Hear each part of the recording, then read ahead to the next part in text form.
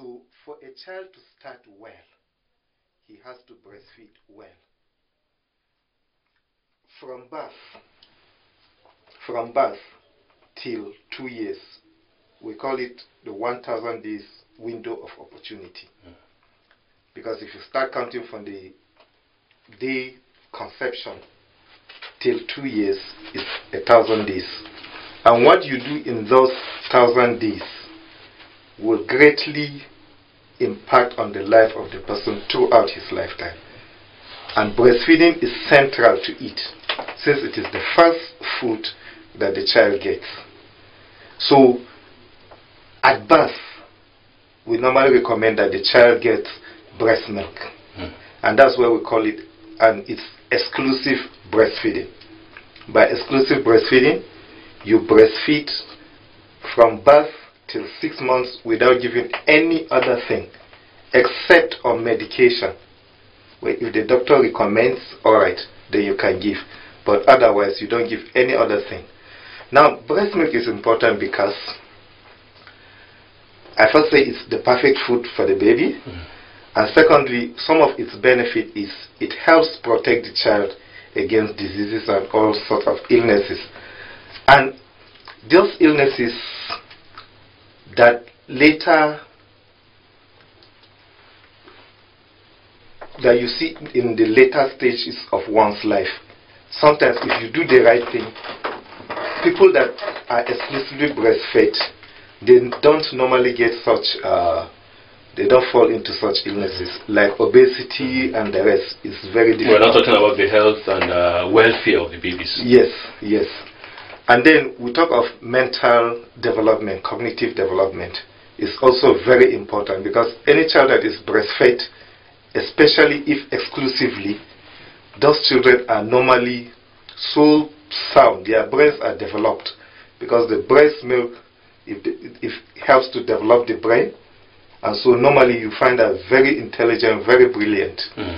And then we also talk about protecting against illnesses. So if a child is breastfed, especially exclusively, that's what we recommend. Those children normally, they don't normally fall ill. So all these sick visits to the hospital day in, day out, you don't normally find it in children that are exclusively breastfed. So all in all, what we are saying is breastfeeding is the most important food. Breast milk, I mean, is the most important food for the child. And it must be done according to the recommended practice. And what's the recommendation? At birth, we call it early initiation. Immediately after giving birth, within 1 hour of birth, you're supposed to initiate breastfeeding. Now this is so because, one, there's this milk we call colostrum, the yellowish thick kind of milk that comes first. And before now, due to ignorance, so to say, people used to discard it, that it's not good. Even look at the color, that is not the good milk, so it was discarded. But it's discovered that it's very important. It contains so much antibodies that helps to protect the child, and it also cleans the gut and deposits beneficial bacteria to the gut. So and another benefit to the mother then is it helps to initiate flow of breast milk. So normally you find out that if it's not initiated early, you find complaints of, I don't have breast milk. Why? Because you didn't start on time. And if you start on time within that hour, it's hardly you find that kind of complaint. So that's early initiation. So after that, it's expected that the woman will continue breastfeeding that child for 6 months exclusively, as I said earlier, for 6 months without giving any other thing. And it's on demand. On demand. Whenever the child demands, you give. You don't give the child time, meal time, afternoon, no. It's whenever the child demands. And if you do it correctly, the child will breastfeed about 8 to 12 times a day. So, but it depends on the demand of that child.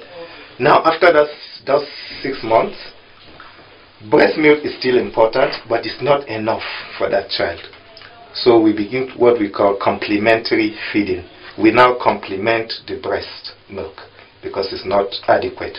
So we begin to talk, what do we need to add to make up the gap? Yes.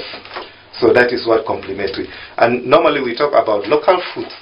We don't go for high class, all kind of foods. No. We normally advise, let's go for our local foods. What do we have? And that's what we advise our women at the health facilities and at communities. We teach them the different kinds of food that they can combine so as to get what we need.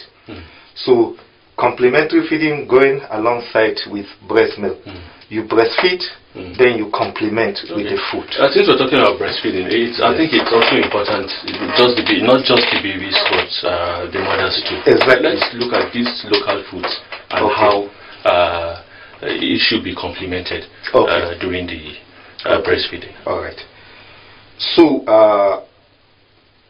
when we teach, because we train health workers as well as what we call community volunteers, who form support groups at the villages, and then they meet and teach each others. You have to think of the child's age. You have to think about the frequency. How many times are you going to give that child that food? We talk about amount. We talk about the texture of the food. And we talk about the variety, then active responsive feeding and hygiene. So, but these are, so the idea here is we have different foods in our community. Now that's the variety aspect I'm talking about. And we've classified them into 4 broad groups. We have the staples, which contains the root and tubers and the grains. We have animal source proteins. We have plant source proteins. And we have the vitamin A rich fruit and vegetables. These are the 4 broad categories. Now, the idea is, whatever food you are preparing for that child, you need to form what we call 4 stars. All those groups, we term them as stars. It's supposed to be 4 stars. That means you have to get from the first star, from the second star, from the third star, from the fourth star, combine it together and give the child. But if you remember, you have to think of that child's age. So you don't give a child that is just 6 months, you don't start him on 2 or pounded yam. No, you know you can't do that. So you have to start gradually from what is semi-solid, semi-liquid, semi-solid, gradually till he's able to take that. Let's look at breastfeeding and COVID-19 now with the emergence of COVID-19. Yes.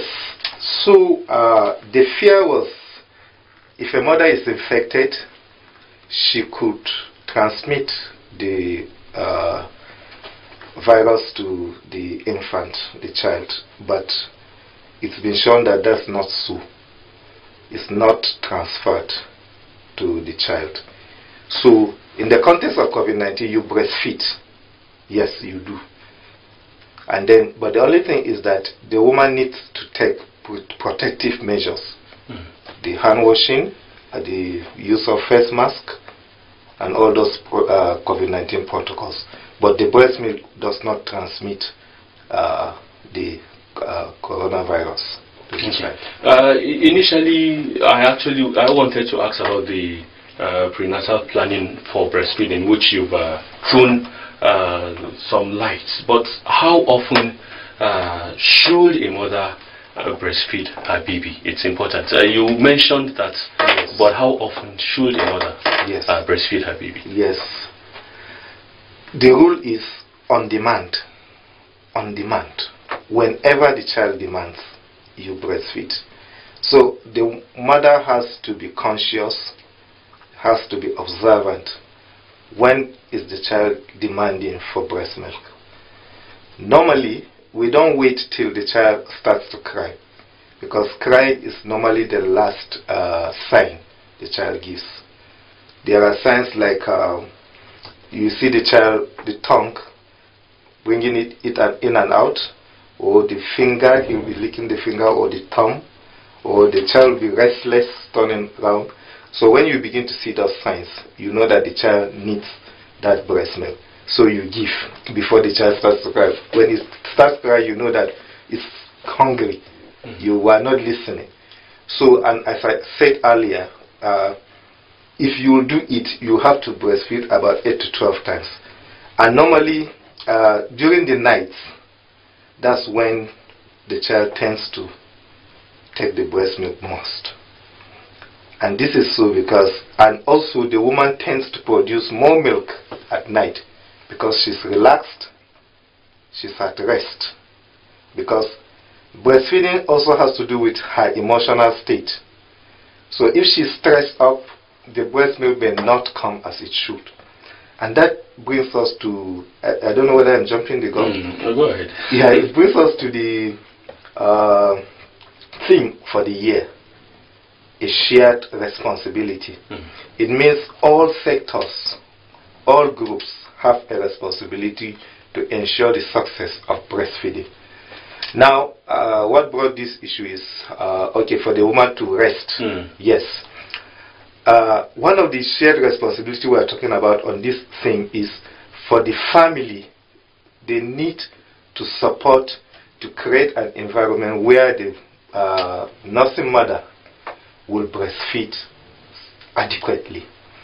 Now, like issues like task, house chores, and the rest, they need to support her.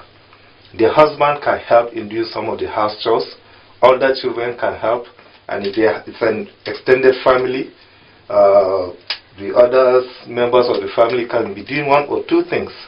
And then also, even on that aspect also, the issue of there's need for the family to be at peace. So that's why we advise, if there is problem between the husband and the wife, they should resolve it, because it could affect the breastfeeding if her mind is not at rest. So that's one of the shared responsibility. And I just look at the family, because everyone now has their responsibilities to take. Do I go ahead or go ahead? All right. Because it's a theme. All right. Because so we need to also create awareness and enlighten the public to understand what it means. If you talk about shared responsibility, what that responsibility will be. Yes. So I just talk about the family, what they need to do. Then the health care workers, what do they need to do? They need to support breastfeeding mothers. Immediately after the mother gives birth, you are expected to support her to initiate breastfeeding. Sometimes they take time to clean the baby, and then just ensure that within that 1 hour you attach that baby to the breast. So you support her to start breastfeeding. And secondly, we also talk to them. In fact, we are talking of enforcing it. Healthcare workers should not provide an environment where infant formula manufacturers and marketers will come to facilities and begin to promote infant formula. Because in other words, what will that mean? Okay, we have situations where infant formula manufacturers, those I shouldn't mention names, infant formulas, they come to facilities and they say they will want to do health talk. Now then they begin to project these infant formulas as alternative to breast milk. And we know that that can never be, because infant formula is basically animal breast, animal milk. Animal milk is meant for animals. Human milk meant for humans. So we don't change it. And that's one of the things we talk about. You cannot see a young cow taking water, or goat. Maybe those listening to us can attest to that. In fact, the mother will even kick the water aside. because they know the importance. But because they are babies, our children are babies, and they cannot talk, we just give them water. But they don't need that water. So we talk to the healthcare workers, and we also tell them, don't accept gifts, because normally the infant formula marketers will come with gifts, Bibles, jotters, whatever, or they will sponsor them to studies or whatever. All these are ways to market their products.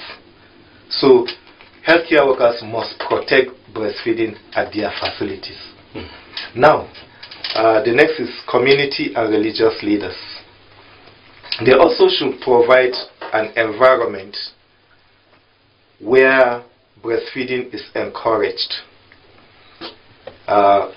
For religious organizations, they preach, in their preachings, they should preach about the importance of exclusive breastfeeding and breastfeeding in general. For traditional leaders, when they meet with their communities, they should also talk about it. And then also create an environment where families will be able to lay down rules. Because sometimes the problem we normally have is it the mother-in-law or the grandmother that will say, because the woman now comes for ANC and we tell her, do exclusive breastfeeding.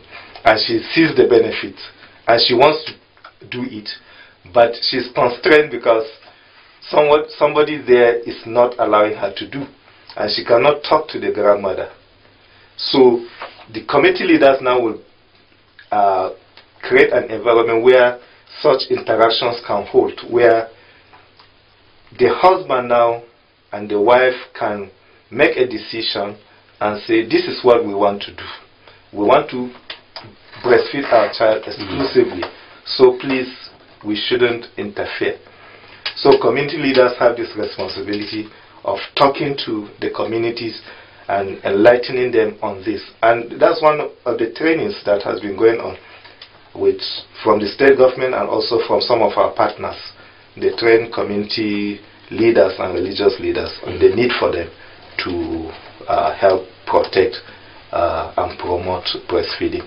Okay.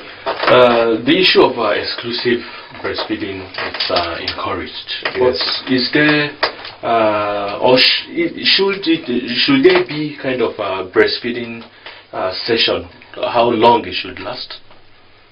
I don't get it. Like a session when breastfeeding, is there duration? Okay. No. We normally advise, okay, we need to know how the breast is. The breast, we have what we call the foremilk and the hind milk. The foremilk is the one that comes first, and then the hind milk comes later. The foremilk is basically water. It's meant to quench the thirst of that child. And then before the hind milk, which contains the food, the nutrients, will come first. So when the baby attaches to the breast and starts to suckle, the foremilk starts coming, which is the watery part, and then after it, then the hind milk. Now it's advised that the child should suckle till that breast is empty before you transfer to the other breast. And that's one of the mistakes some mothers make. You start breastfeeding on the left, after 5 minutes, 3 minutes, you turn to the other one. What's happening? Water. Water here, water here. By the end of the day, the child is not getting the real food. So that's a challenge.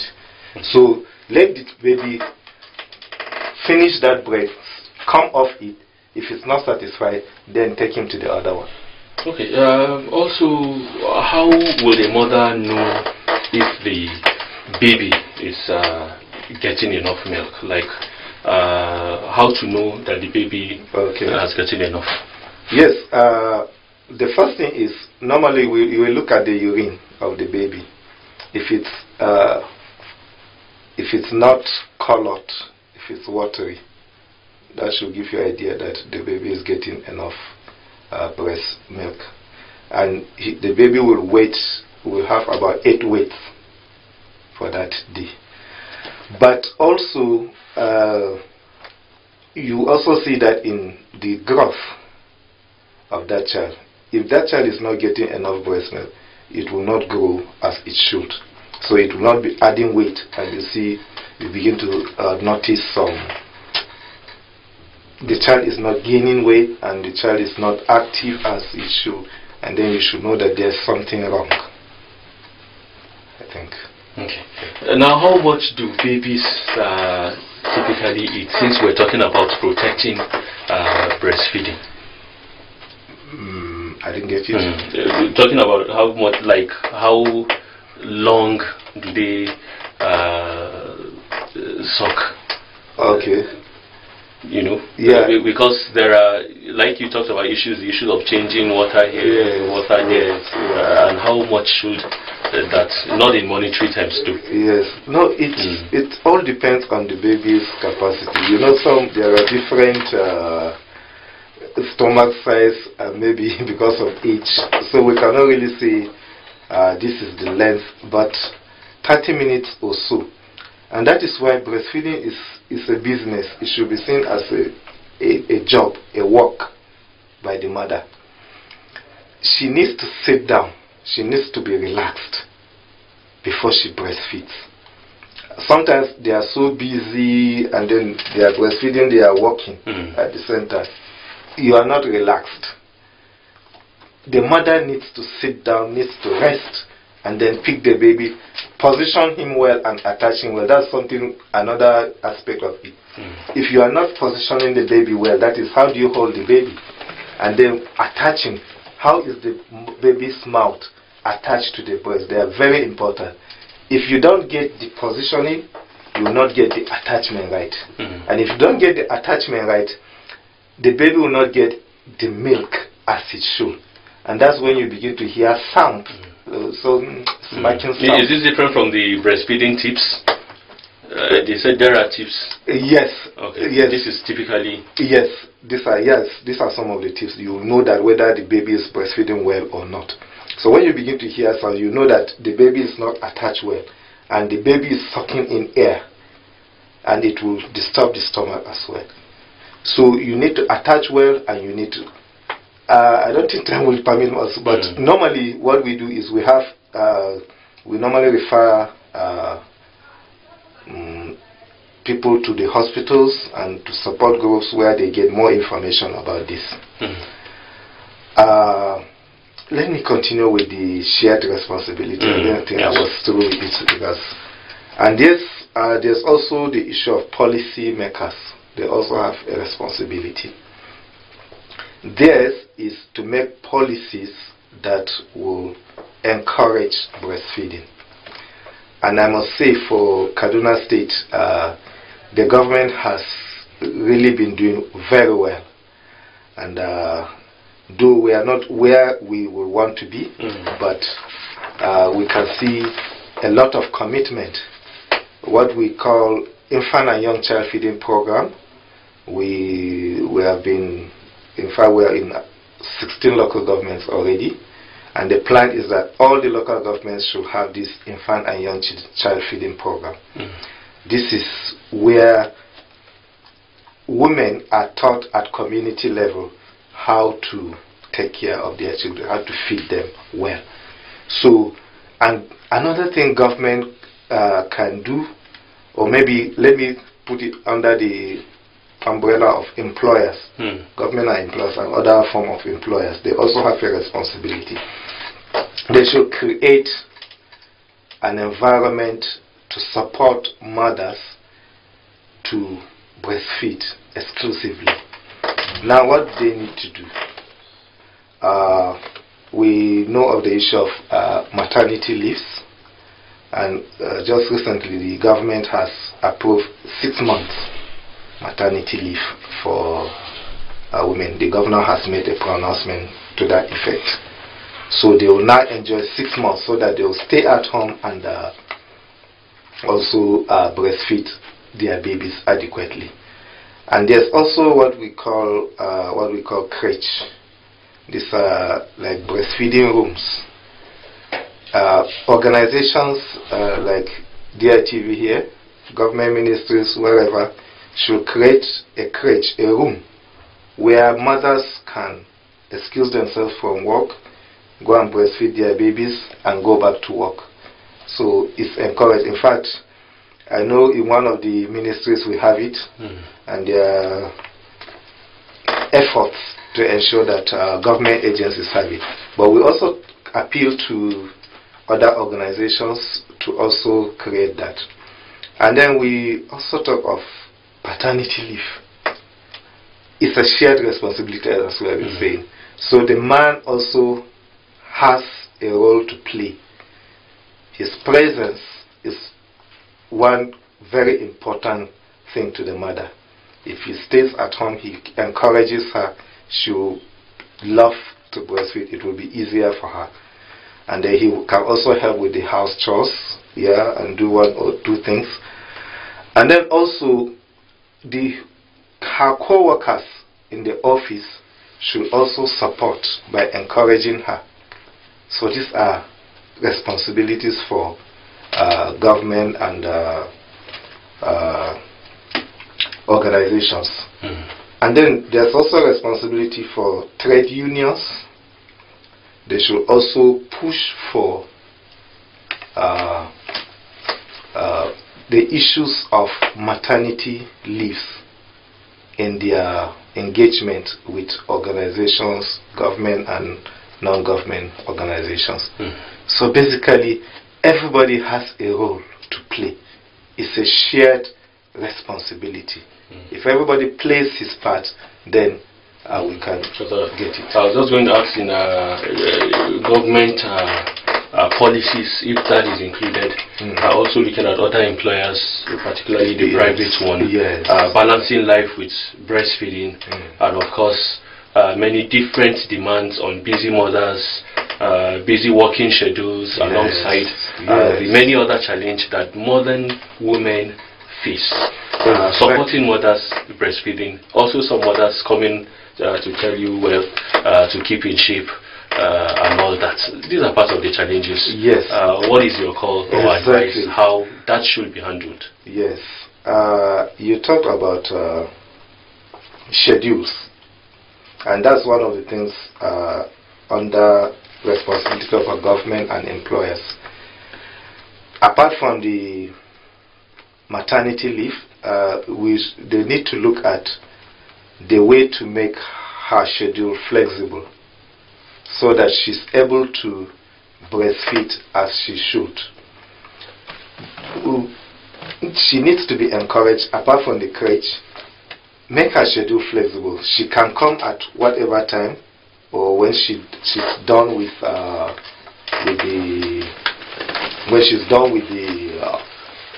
her job, she can go and breastfeed and then come back and do what she wants to do and then go back. Let it be flexible so that she can have all the time she needs to breastfeed. And then her colleagues also, they need to support her. Now, one challenge we find is cosmetic. Some women do not breastfeed as they should due to cosmetic reasons, thinking or feeling that the breast will sack, and so they don't breastfeed as they should. If you look at the benefits of breastfeeding and the cosmetic benefits that she could derive, I bet you will want to breastfeed.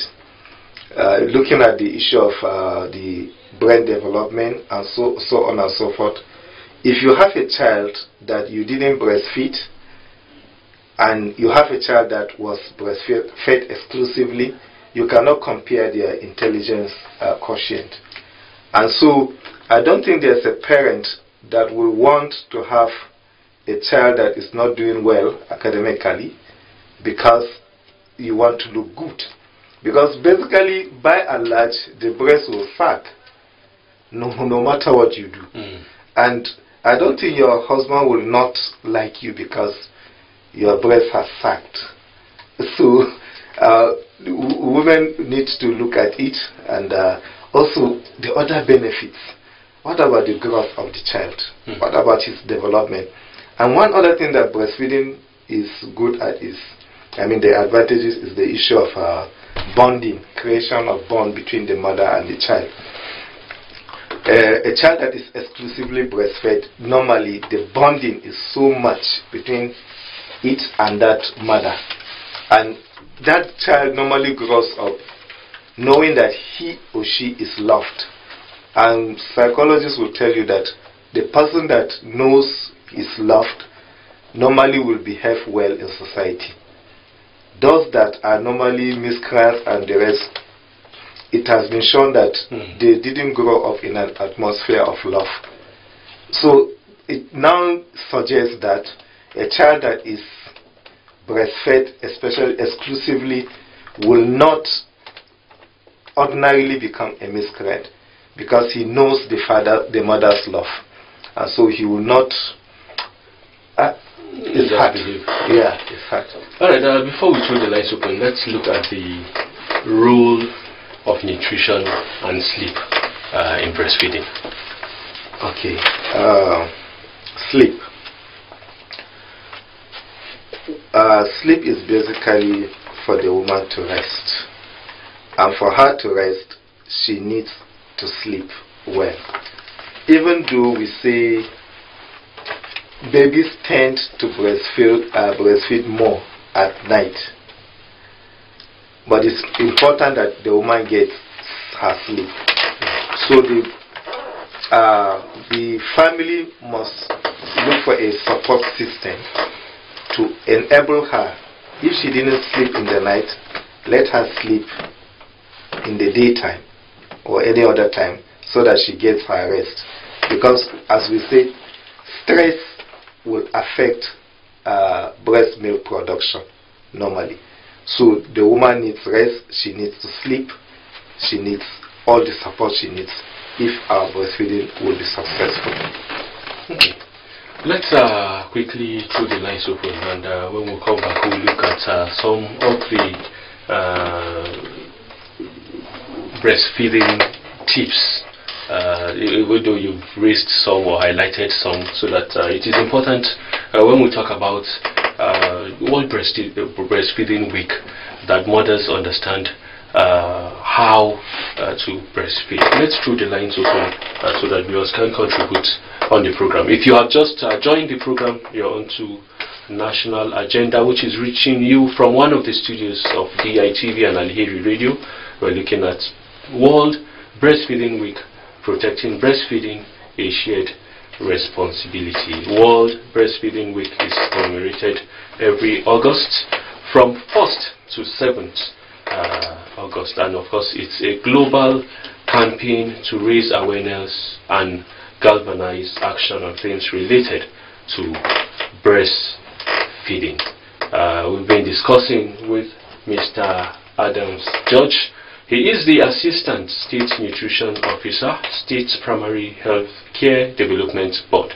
We'll be looking at issues on the World Breastfeeding Week. To participate on the program, the numbers to call 081 45687335, 09065143699, 081 45687335, 09065143699. The numbers are displayed on your TV sets.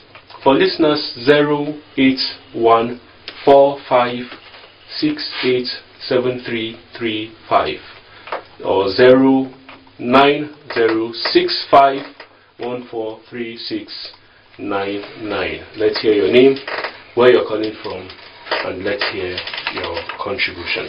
Highlighting the breastfeeding tips.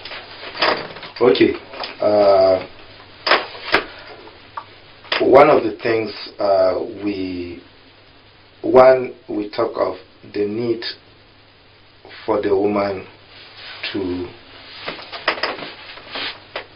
do what we call proper positioning. And for proper position, we look at how did you hold your baby. We look at 4 things to ensure that you are holding that baby right. The baby has to be straight. Okay. You must support the baby. The buttocks on your palm, the back along your arm, the head resting on the elbow, and then closely attached to the mother's belly. So when you do that, you are getting your position right. And then what do you do? How do you attach? When you are attaching well, you don't give the child the nipple. You give the child the areola. That's the dark area after the nipple. That's where the ducts are. Now, when the baby begins to suckle on the ducts, then the ducts are pressed, and then the milk, you begin to have a good flow of milk. And you look at the baby's mouth. If you look at the baby's mouth, you find out that it's wide opened, and then the lips, outside lips, are curled outwards. Then you begin to know that you are getting a good attachment. And if you view the breast while she's breastfeeding, you see much of the dark side, you see it at the top than at the bottom. That's when you know that there's a good attachment. And then we talk how many times should you breastfeed. So it's on demand.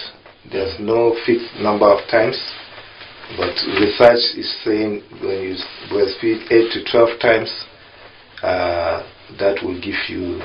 Okay. That's it. Let's just try this. Hello. Hello. Good morning, Mr. Uche. Yes. Good morning. Good morning. How are you all doing? We're fine. Your name? Where you're calling from? My name is Ibrahim Hamza. I'm calling from Badiko. Okay. Come again. Your name? Ibrahim Hamza. Ibrahim Hamza from Badiko. Let's hear you, Ibrahim. Yes. Okay. I just want to ask how important is for a woman, for a mother, to breastfeed her baby for that complete 6 months? And is there any advantage and disadvantage of that breastfeeding? And is it possible for her when she is breastfeeding for her to give her baby water if she is in need, or should she just swim in without giving water for that complete 6 months? Thank you very much. Hello, Ibrahim. Yeah? Yes, please come again. Just easy. Come again. The questions. Okay, the question is, how important is it for a mother to breastfeed her baby for that complete 6 months? Okay. And what is the advantage and the disadvantage of that breastfeeding for that complete 6 months? Okay. And is it important for her when her baby is in need of water for her to give the baby, or to give us something or thereabouts for her to complete that 6 months without giving him the breastfeeding? I'm sorry, I'm too fast when I'm talking. No problem, Ibrahim.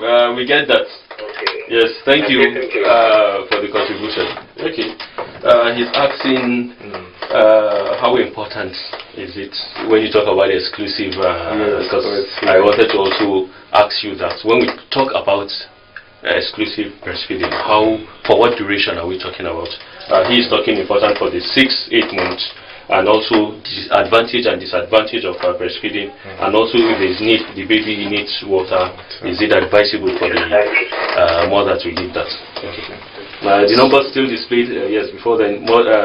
If you're just joining the discussion, we're looking at World Breastfeeding Week. Protecting breastfeeding is shared responsibility with Mr. Adams George, Assistant State Nutrition Officer, State Primary Health Care Development Board. For listeners, numbers 08145687335 or 09065143699. Hello? Hello? All right. Okay. He asked about the importance of breastfeeding, and I started giving the highlights in the 6 to 8 months. Yes, when I started the discussion. Breast milk, as we say, is the perfect food for the child. It's important that that child gets breast milk in the adequate quantity, and that's why exclusive breastfeeding is recommended from birth till 6 months. You don't stop it before 6 months. It has to be complete 6 months. Now, the breast milk contains all the nutrients that the child needs. Now, we must understand, I need to go spiritual or what, I don't know. God created the child. He gave you that gift of a child. And He knows that that child needs food. And already He has prepared that food meant for that child. That is the breast. So, it contains all the nutrients for growth and development. And for growth, we are talking of even physical growth. That's why when you compare children that are exclusively breastfed and those that are not, you'll find out that their growth is different. They tend to grow bigger and they tend to be stronger. So it implies that even if it comes to physical activities, that child has advantage over the child that has not been exclusively breastfed. And secondly, for that growth still and development, we also talk about the gray matter, the brain. The brain develops. It spreads. The growth also, the brain also grows and develops. It's now able to retain more. So the child that is exclusively breastfed, and anybody who has practiced it will attest to this, they tend to be more intelligent than those that are not exclusively breastfed. So you see, that's another advantage. So such children, when you put them in schools, you don't have issues. You don't have to pay WAEC 7 times, JAM 7 times before you get admission. No. One time they clear everything. So you see double advantage.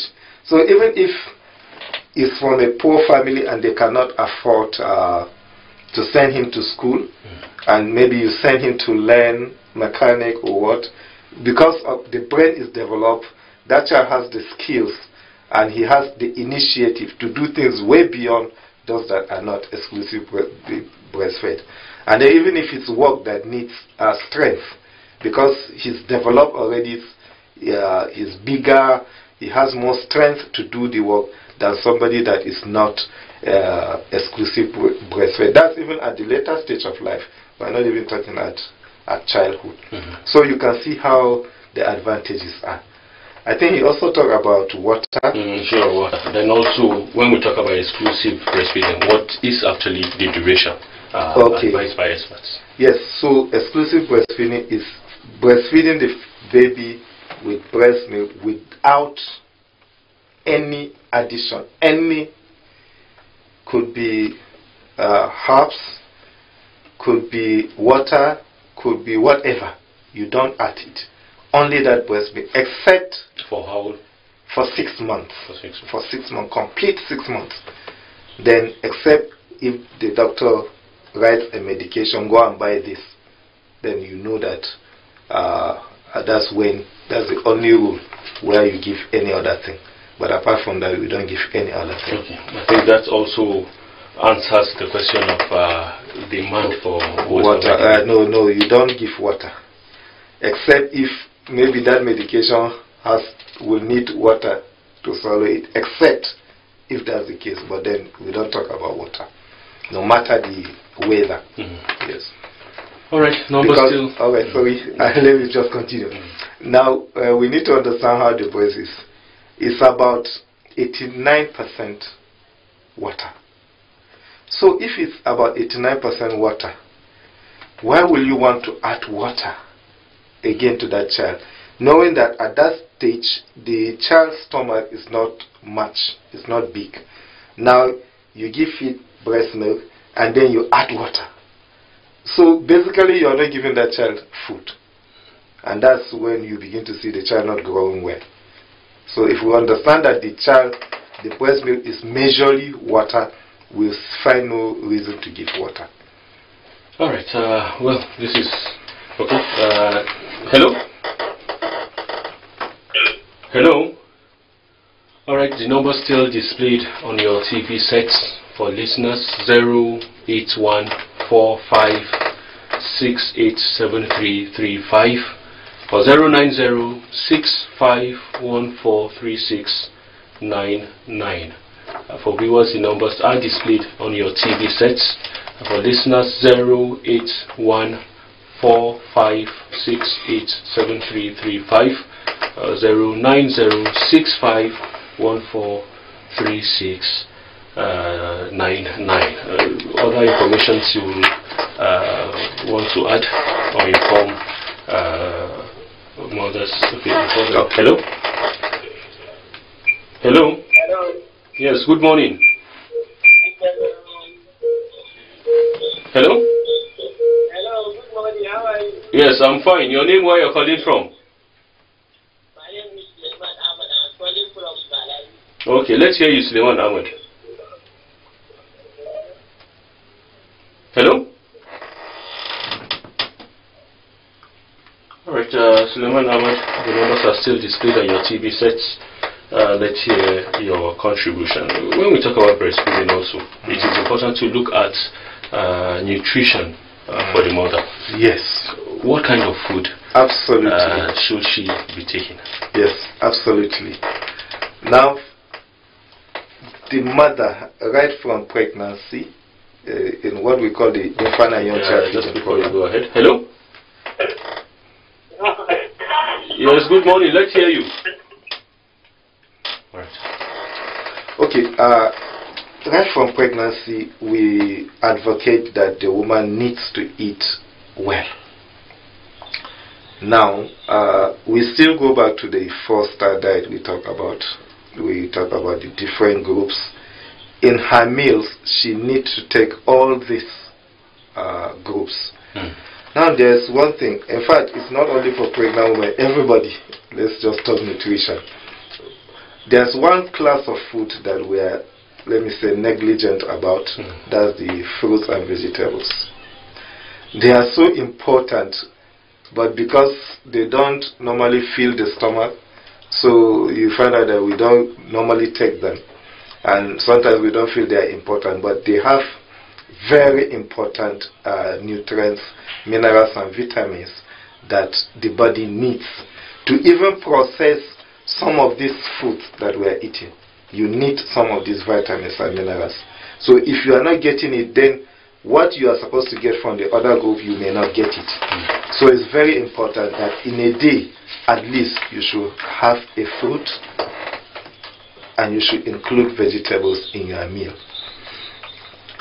Then also, for the woman, we say she should take for the whole 4-star diet.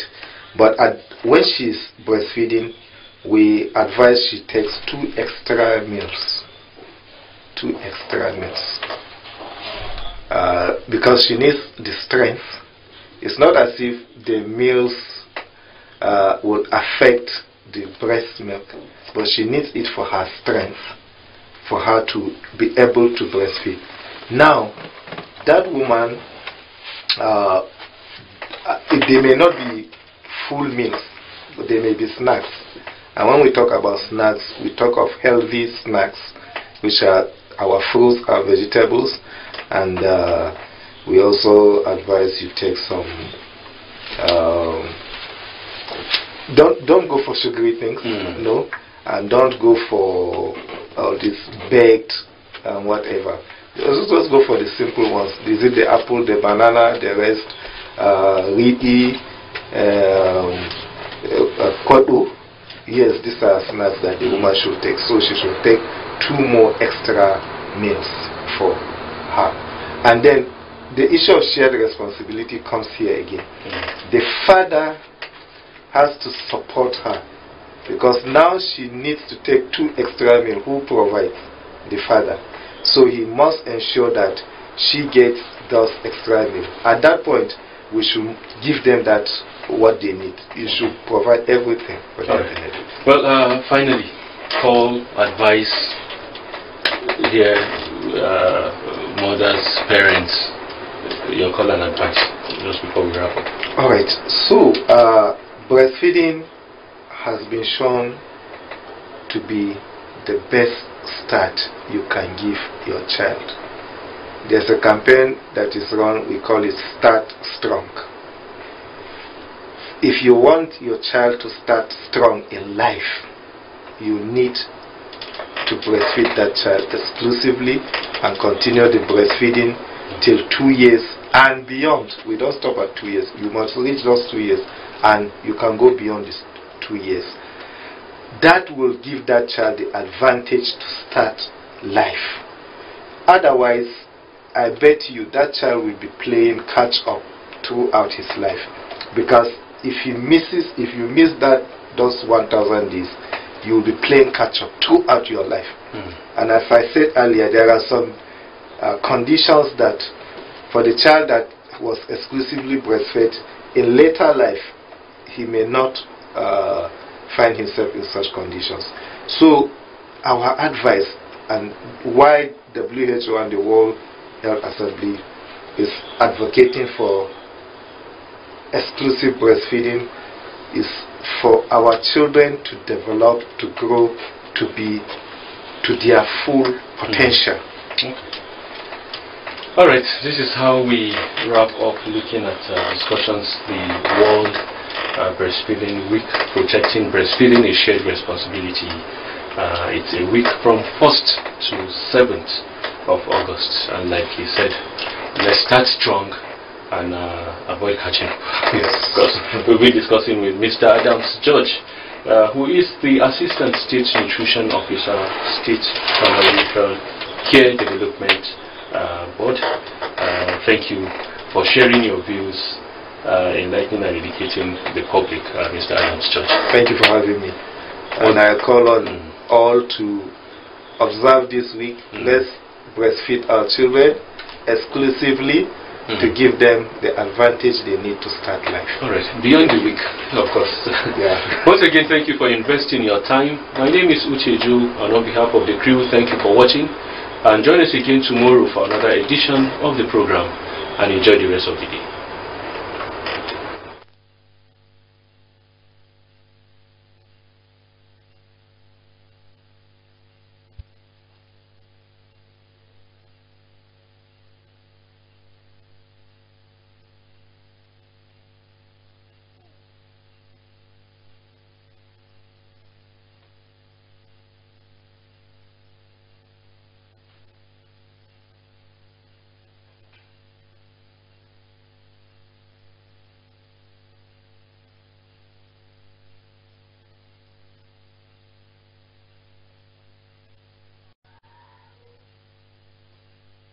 Momi, kwana biyun nan na rasa gane kai.